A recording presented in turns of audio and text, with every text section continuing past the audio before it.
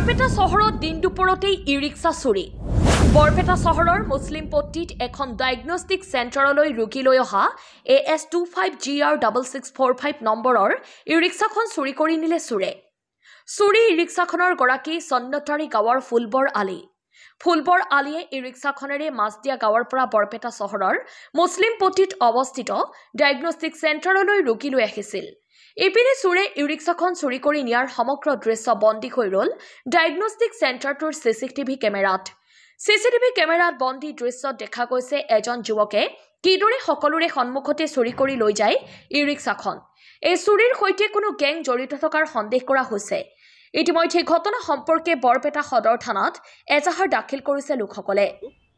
ঘটনাটো মানে মই মাছদিয়াৰ পৰা পেচেণ্ট লৈ বৰপেটা যিটো ডায়েগনষ্টিক চেণ্টাৰ গেটৱেলত মই পেচেণ্ট লৈ আহিছিলোঁ আৰু পুৰণা বাছস্থানৰ পিছফালে যিটো ঈদগাহ ময়দানৰ ৰাস্তা তাতে মোৰ পিলপিলিখন ৰখাই থৈছিলোঁ।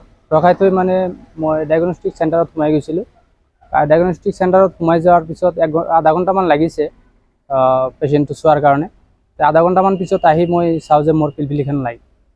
যিহেতু নাই তো মই বিচাৰ খোচাৰ কৰিলোঁ।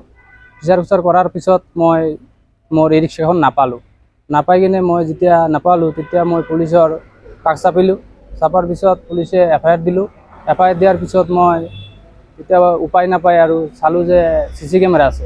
CC কেমেৰাত যেতিয়া মই ফটেজটো চালোঁ, ফটেজটো চোৱাৰ পিছত মানুহটো মই চাইছোঁ কিন্তু মই মানুহটো চিনি পোৱা নাই যিহেতু এতিয়া CCTV ফটেজটো আছে। আপুনি চিনি নাপায়?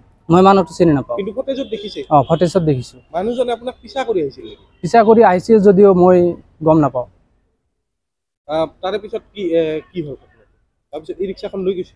ই-ৰিক্সাখন মোৰ এতিয়াও পোৱা নাই। মানুহজনে লৈ গৈছে? লৈ গৈছে। CCTV ফটেজ মতে মই লৈ গৈছে। ই-ৰিক্সাখনৰ নাম্বাৰ কিমান? ই-ৰিক্সাখনৰ নাম্বাৰ হ'ল AS25GR6645। তাৰপিছত আপুনি আৰক্ষীক জনাইছে? আৰক্ষীক FIR দিয়া হৈছে।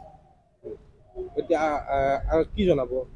এতিয়া মই এইটোৱে জনাম যে FIR দিয়া মতে পুলিচে যাতে উচিত তদন্ত কৰি চোৰক কৰায়ত্ব কৰি মোৰ পিলপিলিখন ঘূৰাই দিয়াৰ বাবে আহ্বান জনাইছোঁ। ক'ৰ পৰা পেচেণ্ট লৈ আহিছিল? মই মাছদিয়াৰ পৰা পেচেণ্ট লৈ আহিছিলোঁ। মাছদিয়াৰ পৰা? হয়। আপোনাৰ নাম? মোৰ নাম মহম্মদ ফুলবৰ আলী, ঘৰ চনতাৰী।